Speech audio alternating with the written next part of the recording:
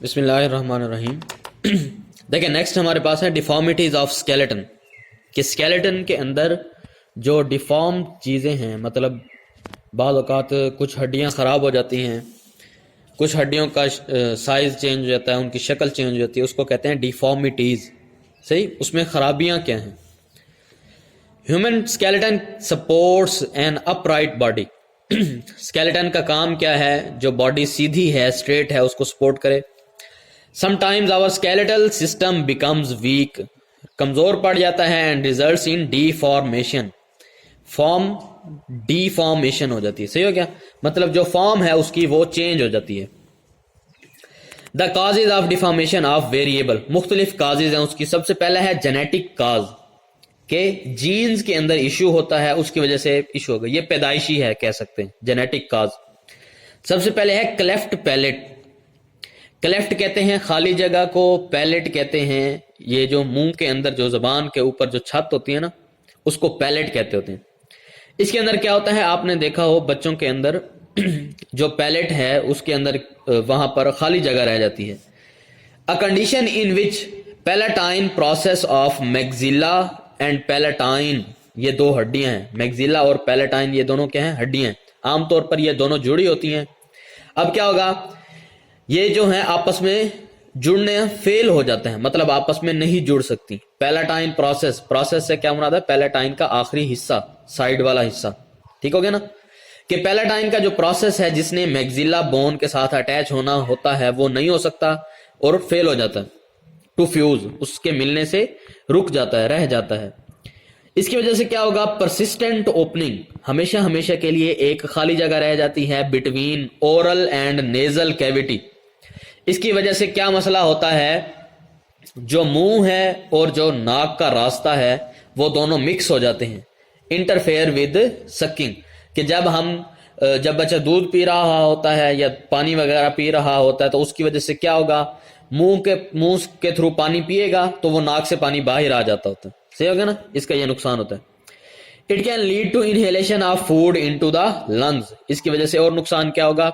जो फूड है वो लंग्स के अंदर भी जा सकता है, काजिंग एस्पायरेशन निमोनिया। उसकी वजह से क्या हो सकता है? नमूनिया हो सकता है। सही, एस्पायरेशन क्या है? हवा का रास्ता ब्लॉक हो जाता सारा। अब दूसरी बीमारी है माइक्रोसिफेली। माइक्रो मीन्स छोटा, सिफेली के लिए किसके लिए यूज होता है? स्कल के लिए, कि छोटा सा सर होता है। ठीक हो गया ना? जो हेड है उसका साइज क्या होता है? नॉर्मल से कम हो जाता है। ये आमतौर पर ये एक वो है मजार, उसके ऊपर आपने देखा हो कि छोटे सर वाले लोग होते हैं, उनको क्या बीमारी होती है? माइक्रोसिफेली होती है। ठीक हो गया ना? दोले शाह की चुईयां कहते हैं इसको। माइक्रोसिफेली में क्या होगा? स्मॉल साइज्ड स्कल होता है, स्कल का साइज छोटा हो जाएगा। Is caused by some genetic defect, और ये होता क्यों है? कोई ना कोई जीन का डिफेक्ट होता है। ठीक हो गया? ये माइक्रोसिफेली है। उसके बाद है आर्थराइटिस। आर्थराइटिस में क्या होगा? आर्थराइटिस हड्डियों की, और जो जॉइंट है ना, जॉइंट पर जो हड्डियां होती हैं उनका इशू होता है।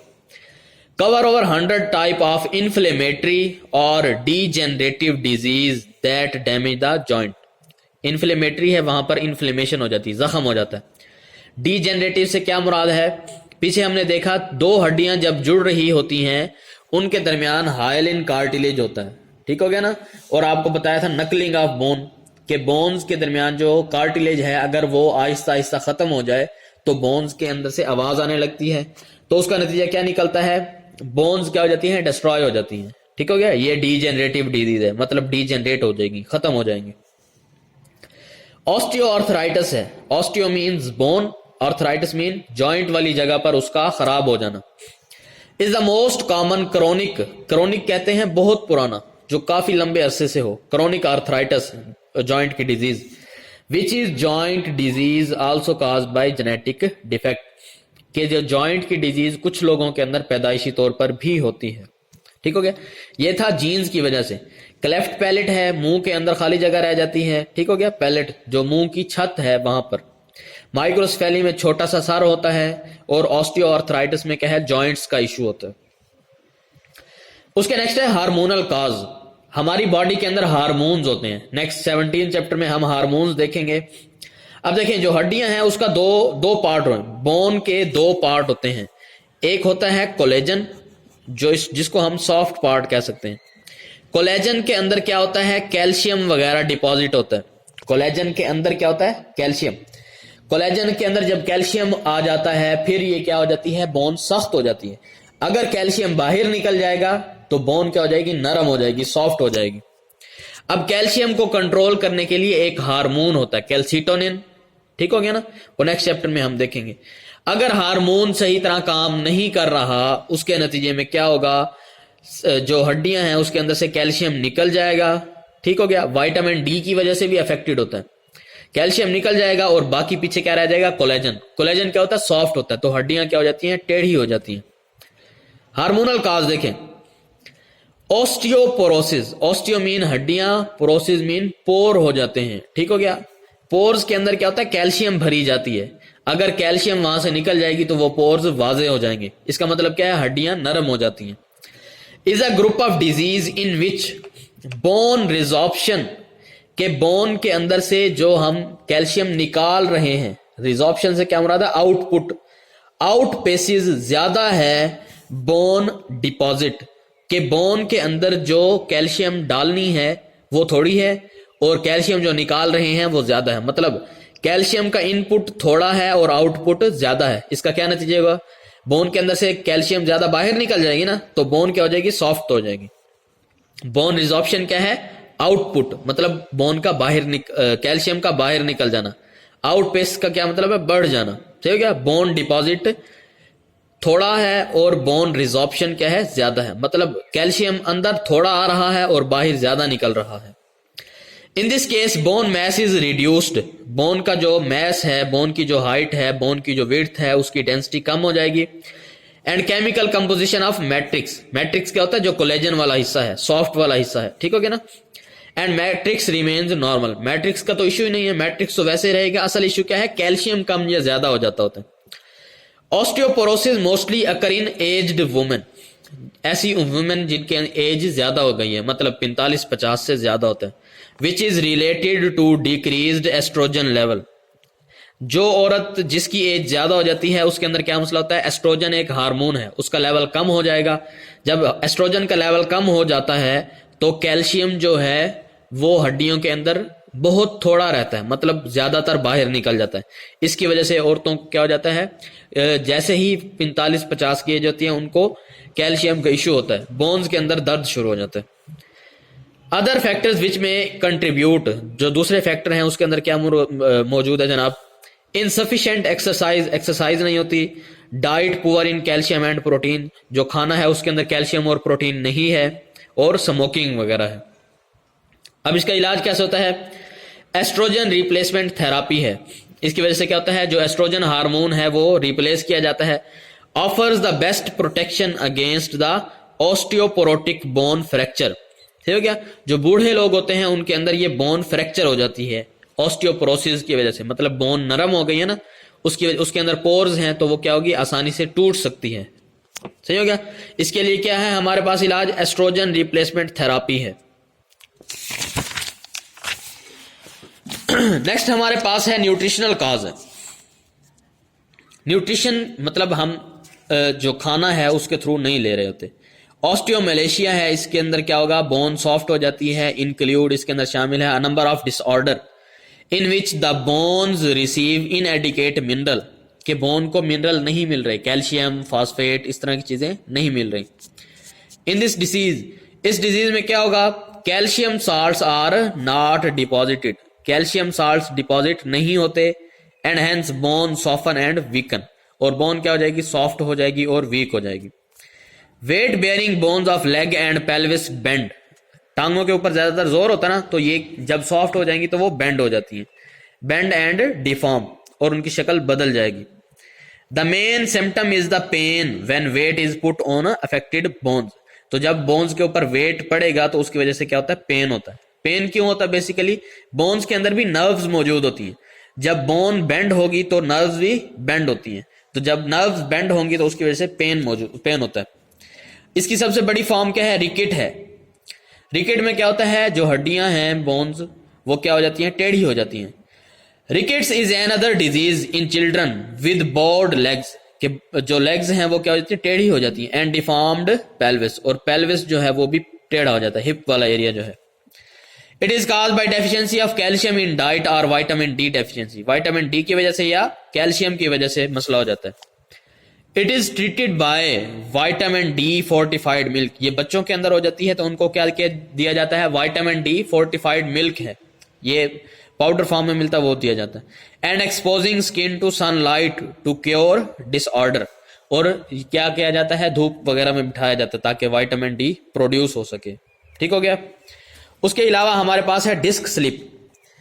डिस्क स्लिप में क्या होगा, जो वर्टेब्री है हमारी बॉडी के अंदर, ठीक है क्या, वर्टेब्रल कॉलम जो है उसमें क्या है, सर्कुलर फॉर्म में क्या होती है, वर्टेब्री होंगी, ठीक हो गया, वो आपस में एक दूसरे के साथ जुड़ी होती हैं।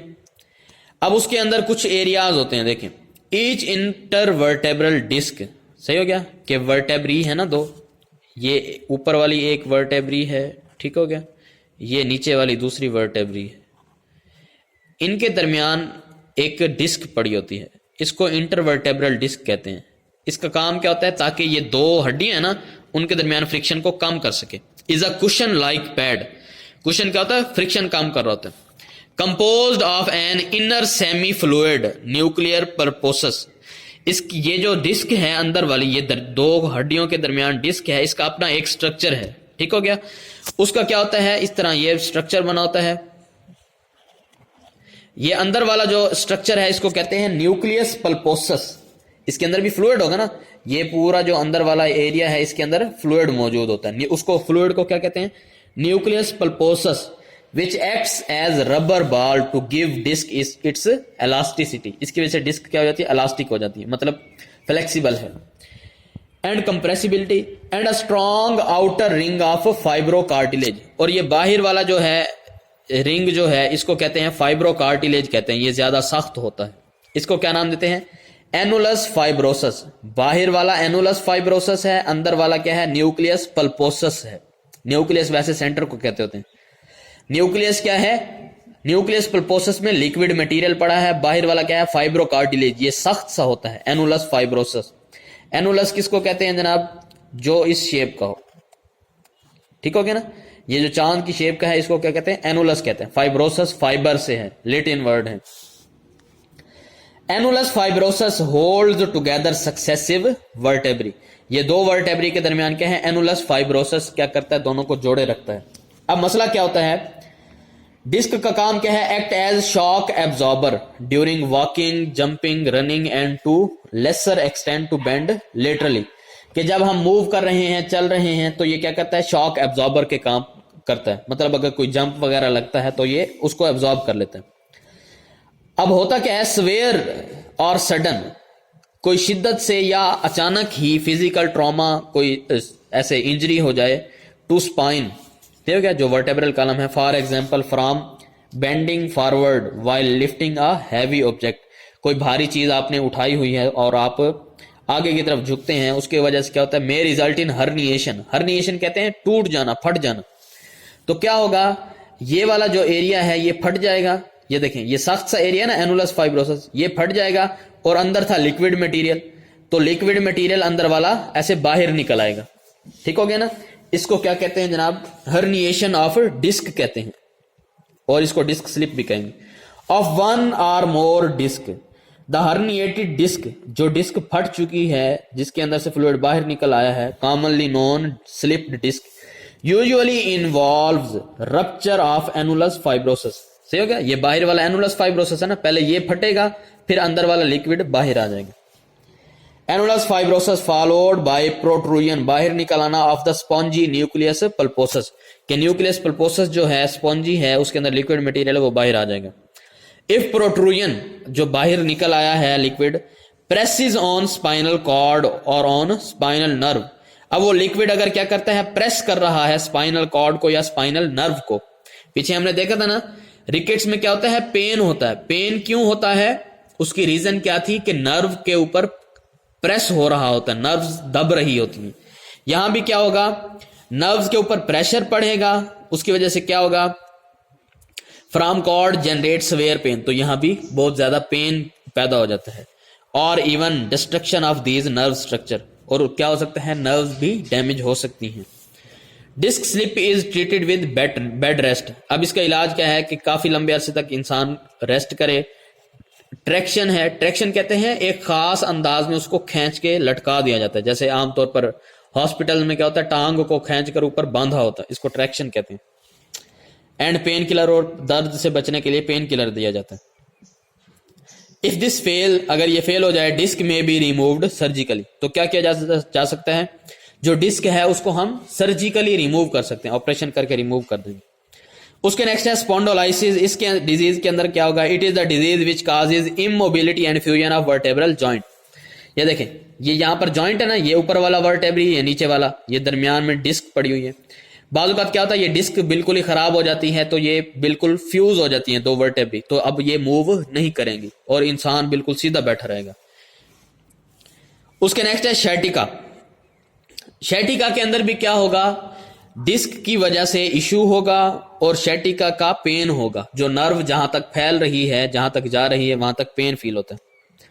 It is characterised by stabbing pain. Stabbing से क्या मुराद है कि ऐसे लगता है जैसे खंजर चल रहा हो। रेडिएटिंग का मतलब है फैल जाना, सही हो गया। Over the course of sciatic nerve. Course of sciatic nerve से क्या मुराद है, जहां जहां तक शैटिक नर्व जा रही है। ये देखें, अगर यहां से नर्व शुरू हुई है ना, ये पूरी टांग के अंदर फैली हुई है।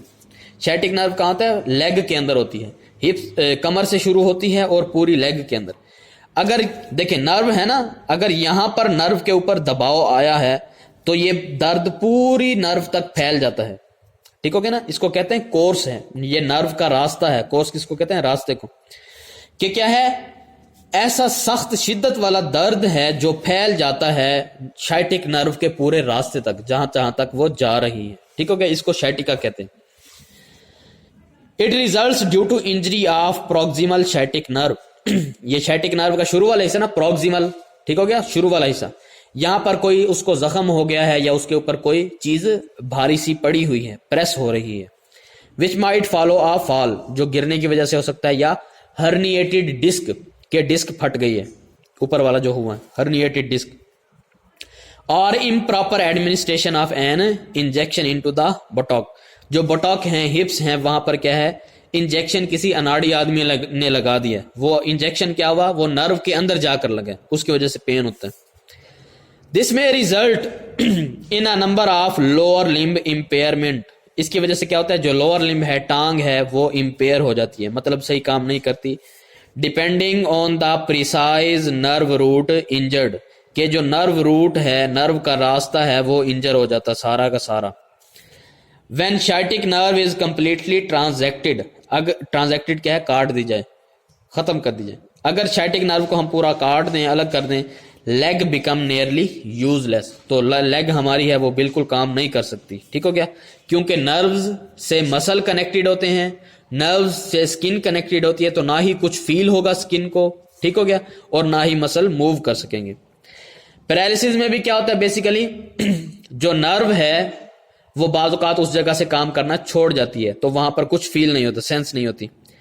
They can not be flexed, muscle क्या है, फ्लेक्स नहीं हो सकते, मूव नहीं कर सकते। And all foot ankle movement is lost, जो पांव की सारी मूवमेंट क्या होती है, खत्म हो जाती है। Recovery from sciatic injury is usually slow, इसकी रिकवरी भी क्या है, स्लो है। एंड इनकम्प्लीट, और इनकम्प्लीट होती है, मतलब ये रिकवरी कभी कंप्लीट नहीं होती। आगे है आर्थराइटिस। आर्थराइटिस क्या है, जॉइंट जो है, जोड़ हैं, वहां पर इन्फ्लेमेशन होगी। आर्थराइटिस इन्फ्लेमेटरी, जख्म हो गया है बैक्टीरिया की वजह से या वायरस की वजह से, और डीजेनरेटिव डिजीज, या हड्डियां वहां पर क्या हो गई हैं, खत्म होती जा रही हैं फ्रिक्शन की वजह से। दैट डैमेज जॉइंट, इसका क्या होता है, नतीजा क्या निकलेगा, इट रिजल्ट्स इन पेन, उसकी वजह से क्या होगा, दर्द होगा, स्टिफनेस, सख्ती फील होती है, जॉइंट का वजह सख्त हो जाता है। स्वेलिंग ऑफ द जॉइंट, और जॉइंट पर क्या हो जाती है, स्वेलिंग हो जाती है, मतलब वो फूल जाता होता है, ठीक हो गया, दर्द की वजह से। एक्यूट फॉर्म, एक्यूट से क्या मुराद है, इंतहाई शिद्दत वाली, of arthritis usually result from bacterial invasion. आमतौर पर किसकी वजह से होता है, बैक्टीरिया के इन्वेजन, बैक्टीरिया के हमले की वजह से, इन्फ्लेमेशन की वजह से, हो गया ना, कि बैक्टीरिया वहां पर हमला कर देता है। और पीछे हमने देखा था ना, फाइब्रस कैप्सूल था, ठीक हो गया, ये फाइब्रस कैप्सूल था और साइनोवियल मेम्ब्रेन, इसको वो डैमेज कर देते होते हैं बैक्टीरिया जब हमला करेगा। And are treated with antibiotic, क्योंकि बैक्टीरिया ने हमला किया है तो इसका ट्रीटमेंट कैसे होगा, एंटीबायोटिक के थ्रू होगा। The membrane lining the joint thickness fluid production is decrease. नतीजा क्या निकलता है, जो मेम्ब्रेन है, पीछे हमने बताया ना फाइब्रस कैप्सूल और साइनोवियल मेम्ब्रेन, ये उसका काम बता रहा है। जब दो कॉमाज के दरमियान कोई चीज आती है मतलब उसका काम बता रहा है। ये मेम्ब्रेन क्या कर रही है, लाइनिंग, कवर किया हुआ है जॉइंट को, ठीक हो गया ना, जॉइंट को थिक भी किया हुआ है उसको। और क्या काम है, फ्लूइड प्रोडक्शन इज डिक्रीज, और फ्लूइड की प्रोडक्शन भी डिक्रीज हो जाएगी। Which consequently lead to increased friction, अगर फ्लूइड नहीं है, लिक्विड नहीं है तो फ्रिक्शन ज्यादा हो जाएगी। दूसरा है क्रोनिक आर्थराइटिस, एक होता है एक्यूट जो फौरन हो जाता है, दूसरा होता है क्रोनिक, आहिस्ता आहिस्ता बहुत लंबे अरसे तक चलता रहेगा। क्रोनिक आर्थराइटिस इंक्लूड्स, इसके अंदर क्या शामिल है, ऑस्टियो आर्थराइटिस है, ऑस्टियो मीन हड्डियों का, आर्थराइटिस, रियूमाटाइड आर्थराइटिस है, एंड गाउटी आर्थराइटिस। ये क्या है, आर्थराइटिस की टाइप है। रियूमाटाइड आर्थराइटिस के अंदर क्या होता है, जो कैप्सूल है वो उसका इशू हो जाता है, गाउटी के अंदर भी इसी तरह लिगामेंट का या फ्लूइड का इशू होता है। ठीक हो गया ना, ये डिफरेंट उसकी टाइप है आर्थराइटिस की।